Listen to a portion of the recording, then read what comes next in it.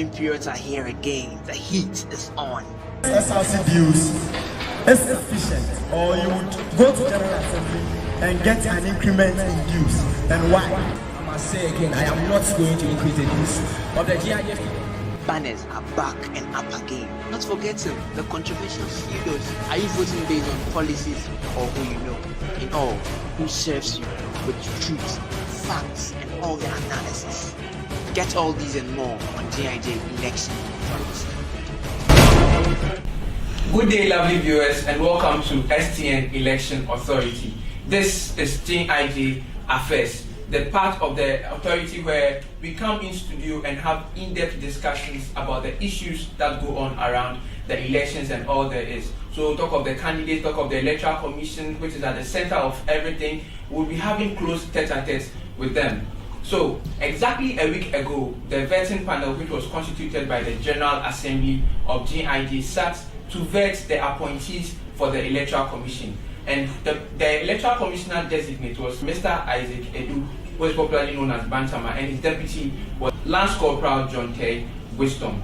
Today, we are come to have an in-depth discussion on what the Electoral Commission has for this year's elections. Today, we have in the studio Lance Corporal John Teye, and he is the Deputy Electoral Commissioner designate, and he's come to help us with the discussions on the issue. Welcome to the show, sir. Yeah. Welcome. Thank you. And congratulations on your appointment. Yeah, thank you, STN. Okay. So today we would want to have a look at what the 2019 Electoral Commission has for the elections. In the end, all students will be calling for is to see very credible and free and fair elections. And we want to delve into the issues for the students to get some assurances from the Electoral Commission that, this year we'll be having a very credible elections. So we'll quickly delve into the discussion. And the first thing we would want you to tell us is, so last Friday you were at the vetting. How did you see the whole process? Do you think it's a very credible process? Do you think it is one that indeed gives us the best of people we need to man our elections? Thank you very much. It wasn't Friday, it was Thursday rather. Okay. So we had our vetting on Thursday last weekend. I see it to be one of the most best vetting we've ever had on this campus, because those members on the panel were very, let's say, experienced. When you take someone like Wesini Mojini, he has been through all GIJ elections since level 100, so he knows through them. All other members too were very mature for the position. So I would say it was a nice vetting that we had. Okay. So what about the questions they asked? Were they hard? Were they easy? Were they too personal? Do you think that there are some that should have been trimmed? Do you think that there were some that were unnecessary and anything? What is your assessment of those? Do those questions give us, or do they bring out those characters or those qualities that we need from a credible electoral commissioner? Oh, the question they asked were very excellent. Okay. They don't just ask the questions. They did some background checks. So they made us to present our CV and our personal profile, and they dealt into all those things. Yeah. Those were the basic things why they asked those questions. And the questions were very good. Yeah. I think none of the questions were out of context. Okay. Because as you answer, then the follow-up questions were also based on what you answered. So they were excellent. Okay. So now, when you were on the seats being vetted, one of the issues that came up when you were asked about some of the problems or the challenges that you have seen with GIJ elections so far, and you made mention of integrity. Now I want to know, what do you bring aboard? As a team, what will you, being a leader of this team, what will you bring aboard to ensure that there is some level of integrity that is attached to the Electoral Commission and to go on? Well, I would say the Electoral Commission work, is an integrity work. Yeah. Let's say if you have someone who is manning the position and the credibility of that person is in doubt, the chaos it may bring about. Yeah. Your verdict, your answers, or your results will not be accepted wholeheartedly. So leading a whole institution like GIJ and to be appointed as EC, at least you should have some kind of integrity to prove to the people that you are well and endowed for the work. Yes. So that anything you bring out, any decision, they will believe you. Yeah. But if your integrity is shaky, then it makes the whole system porous. Okay. in a sense that when you bring any other decision, they will be doubting whether it's the real reflection. So are there what are some of the practical steps that you put in place to make sure that, members of the commission are working in such a way that there wouldn't be any doubt about the work that they are doing? So we've just been approved. If you can see, I've just issued our first meeting that will be held on Monday, and we are going to constitute or going to meet all the class EC reps. That's where we are going to familiarize ourselves with them. You know, when the elections were being held, we were not in position, so we don't know most of them. We are going to assess them, then form our committees within the EC. You know, we need to have legal committee, we need to have executive secretary, PROs, and all those things. So those are the things that we are going to do coming Monday. But going forward, the integrity or what we are bringing on board is we have named these elections #delivering best standard election authority. #delivering best standard. Best election standards 2019. Okay. So that's the theme for this year election. We are going to make sure we bring out the best. And we do, or we keep the level playing for all the aspirants or the candidates to have their way through. So viewers, this year's election is going with the #delivering on the best Standard. On the best standard. So meaning that the Electoral Commission promises to give us very best standards in this election. Let's go for a quick break and we'll be back to continue with the discussions. The electioneering periods are here again. The heat is on. SRC dues is efficient, or you would go to General Assembly and get an increment in dues. And why? I must say again, I am not going to increase the dues of the GIF. Banners are back and up again. Not forgetting the controversial figures. Are you voting based on policies or who you know? In all, who serves you with truth, facts, and all the analysis? Get all these and more on GIJ Election Policy. Welcome back from that quick break. We are still having the discussions with Lance Corporal John Teye, the Electoral Commissioner Deputy Designate. And so, before we went for the break, we were talking about there's some practical measures you use to make sure that there's integrity around all the work that the Electoral Commission does. Now, your boss, Mr. Isaac Edu, he made mention of finances and as well as low voter turnout. What are some of the practical measures that you'll be putting in place to make sure that, first of all, the Electoral Commission has enough funds to carry out the elections? And then secondly, for the voter turnout to increase? Thank you very much. For financing, I would say it has been a major problem because I've been following GID elections since level 100. Okay. So I can say we've even worked for several times that we were not being paid as EC commissioners and EC reps. It was only last year that at least we were paid, we were given some allowances to all the officers who participate in the elections. So going forward, the president has assured us that this year is going to release funds for us so that we can be able to embark on our duties as electoral commissioners. So we are going to hold on to that, and we are also going to make sure we do outsourcing so that we are going to make sure we bring some of the things that we are going to bring in down. So on the finance side, that's how we are going to do. Then on the voter low turnout, I think it's a major problem because in average, here they have about 5,000 students, but we do have about 1,500, 2,000, 2,500 as the total turnout, which is no good. But what do you think what do you think are some of the things that cause these things? This is university, and I presume everyone is mature to at least come and vote, but mostly maybe they are not, or they don't have lectures that day. That may be one contributing factor. Then others too, maybe they are forgotten. And others also don't see the need to come and queue to elect their own. So the onus lies on us as a commission to also embark on a lot of education this year, going class to go and educate the students about their civil rights to, come out on the voting day to come and vote massively to select their leader. Because you know how the constitution works. It's the one who wins. Anyone, even if you win by 1 margin, you will be declared the winner of the election. Okay, so you talk about outsourcing. What do you mean by the Electoral Commission going to outsource for this year's election? You know, I just told you, the commission in the time past have Parliament funded.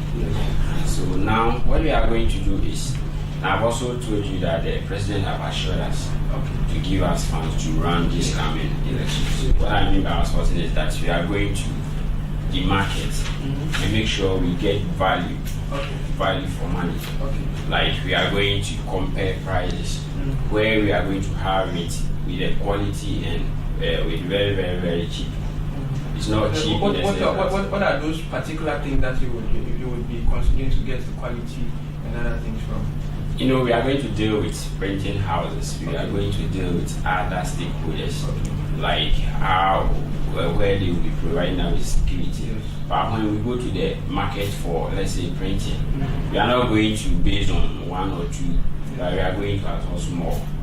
You get it, so that we get the best price for the school. So what you are actually meaning by outsourcing is that you would go out to, actually critically compare prices and then get the best for us. The best for the school. Okay. So would that mean that the commission does not make much out, because people have been saying a lot of things, especially about the price of the forms that students buy, plus the funding is supposed to be coming from the SRC. Now, are these not enough? Because students assistants now are saying that the prices are too much.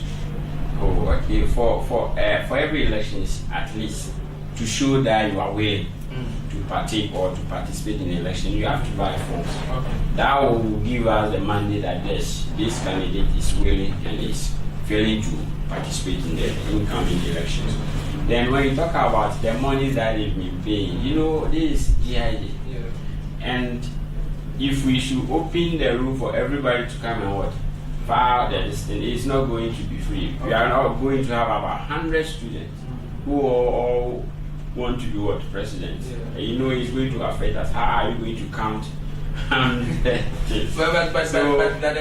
are not going to charge the money that we think students will not be able but then the constitution clearly states that it gives way for as many students as possible that are interested in the elections. And so the law, we are not also cutting it that only social and so students should come. But then would it mean that the prices are put there just as a way of just trying to kick people out or something? No.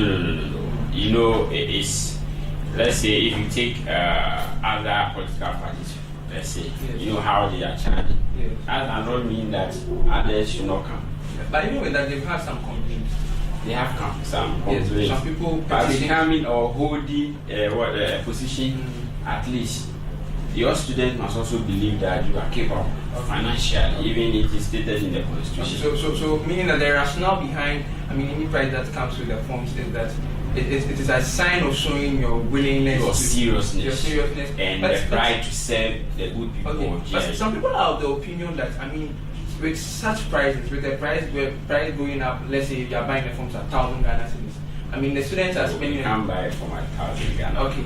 The forms are usually 100 cedis, 150 or 200 cedis. The filing fee. The filing fee. Okay. Yeah, that's what normally goes. Okay. So the filing fee. So we can file for say 1,000 Ghana cedis. Yeah, So now people are saying that the candidates first of all have spent a lot of money during campaign, and it's come to buy form, meaning that things around the elections are up, and these are some of the things that push them to quote and unquote.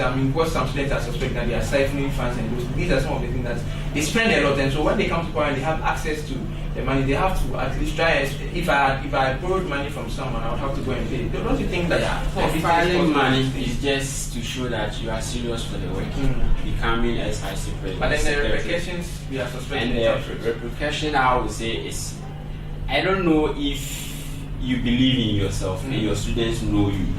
You go out, do a whole lot of campaign because your body or any other thing have done the work already. So you not even go out doing a whole lot of work. Let's say that so we can have someone who wouldn't spend much on campaign, or wouldn't campaign, but then, can win the elections? Let's say you run for SRC president. The students know you, they are capable, they know what you can do. You need not to pay some money to others to vote for you. But you know, yes, they know your credibility. I remember MTN makes an example of, for instance, going to the cafeteria. You go and students are there and they are like, MTN, the lunch is on you. So it's something like this. It's like you've been pushed to a corner, and these are some of the ways students spend. Oh, okay. The candidates spend. Lunch on you. Yes. So imagine also you explain to them that the fact that I'm coming to serve doesn't mean that certain burdens. This is what we do and taste on par. Okay. Then we end up being saying they are corrupt. So to the candidates, I think to those who become candidates, I think this is a very good advice coming from the Deputy Electoral Commissioner. You have to listen. Yeah, it's just a matter of telling them that. Just give me the chance. And I sure you will be that one, yeah. Okay, so please tell us, is it possible that we'll be seeing an increase in the prices of filing fees? That one I can't confirm, but definitely every year there will be some kind of percentage adjustment. So what accounts for those percentage adjustments? As we agree on as a board, okay, and as things goes up, as inflation goes up, the prices that you get last year, you won't get them. Okay. So those are some of the factors that pushes the filing fee and other forms also up a bit. Okay. Okay, very good. So now let's go to the recommendations that were made as part of the committee's report. Now the first recommendation they made was that it says that subsequent EC appointment by SRC president should take into consideration persons who have at least one academic year experience in serving the electoral commission and around some of these things. And already there have been calls. Some people are saying that your boss, that is the electoral commissioner, Mr. Aitekedu, is not experienced enough. It's not that does not have much experience. Some are opining that you have more experience than he does. What do you make of this recommendation? Do you think it is something that we should go by? Yeah, everything those who drafted the constitution state is clear. Okay. That at least before you can become a commissioner, you might have served for 6 months on the commission. Okay. So if you have not been able to satisfy that clause, you don't qualify to be elected as electoral commissioner. And as experienced as you are, it gives you the way to also learn from previous elections. As I participated right from level 100, level 200, I've learned a lot. So that made me more experienced in that way, the easy way. He was also on the other part, but not in the easy. But he was also having one-on-one affairs with the easy. So I can say I'm more experienced, but we are also going to collaborate. I may be experienced in one way, he also may be experienced in another way. We bring it together, and we will have a successful election coming this year. There's a pending constitutional review that would see a new constitution being passed, and it would need a referendum. Has the commission considered that is to be? No. Okay. We will not consider the new constitution. Yes, but we are talking about the referendum. We would have to do a yes or no vote. Yes. And then, so has the commission planned on that? Yes, we've planned on that. So when the time reaches, we are going to embark on the yes or no vote to take the place of students. Okay. So finally, what are the assurances you are giving students? In terms of coming to vote, changing the low voter turnout and other things, and then making them, assuring them that this year's election is going to be a credible one, it's going to be free and fair. As I said earlier, this year elections, we've named it #delivering on best standards. Elections 2019. So we've all watched previous elections right from level 100. If you follow chronologically, you are going to see that every year there is some kind of improvement. So as we did last year, it was the first time that a losing candidate called me to congratulate me for the very good work. Can you share with us who that candidate is? Oh, that one. Yes, it's Faisal. Faisal called me. Called me to congratulate. And it's not him alone. Lando also called another candidate. But those who won't cry, I didn't hear anything. But that's why it's my mandatory on me to deliver a good work. So as we said the best standard last year, we are going to work upon it, and we make sure we are going to give this coming election all candidates a level playing ground. we will not go to decide, or we are not going to back any candidate A or candidate B. We are going to give a level playing grounds for the good people of GID, the good students, to elect those they think qualified to lead them. Thank you very much for being on our show. Thank you to STN TV. You are doing so marvelous, and you should continue. Thank you. So you heard that the Deputy Electoral Commissioner designates. He has informed us they promised to give us hashtag delivering the very best in this year's elections. Let's look forward to some better elections, and as and when issues come up, we would meet up with them and then delve into the issues. This has been GID Affairs on STN Election Authority. Make a date with us next time as we delve into more issues. Thank you.